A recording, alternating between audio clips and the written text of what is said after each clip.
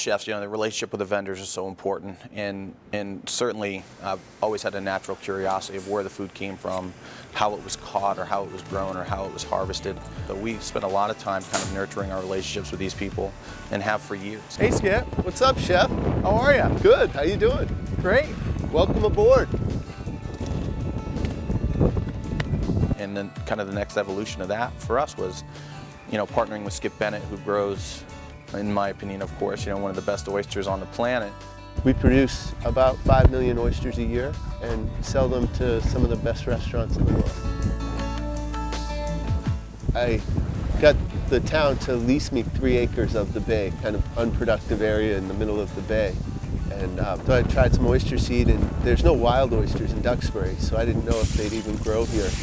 But they grew beautiful, and it turns out that it's just the ideal environment for oysters.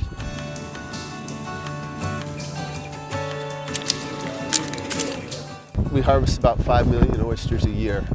I think we sell to about 250 restaurants across the United States. We sell to French Laundry, Per Se, Le Bernardin, some of the best restaurants in the country. I ended up going into Boston and met some chefs in Boston that were really excited to buy directly from the farm.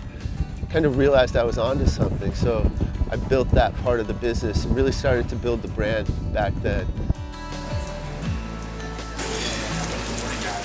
Jeremy wanted to come down and see Island Creek, and he brought servers, dishwashers, chefs, a whole bunch of them down here, and I think he's been back every year since then.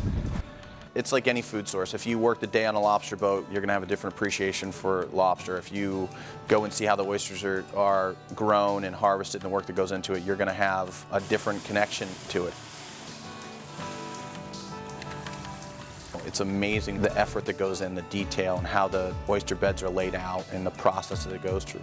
Having seed on the dock and having that grow to a point where they can put it out and taking care of it and all the challenges that go with it. But it's a beautiful, beautiful place that, it's kind of romantic when you're down there for a day.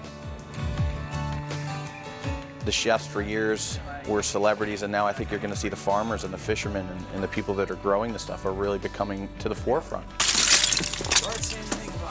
And after you see the process and are connected to it a little bit, for anybody, you're going to have a different feel or approach or connection to that product, and that's really what we're trying to do between the oyster and the guest.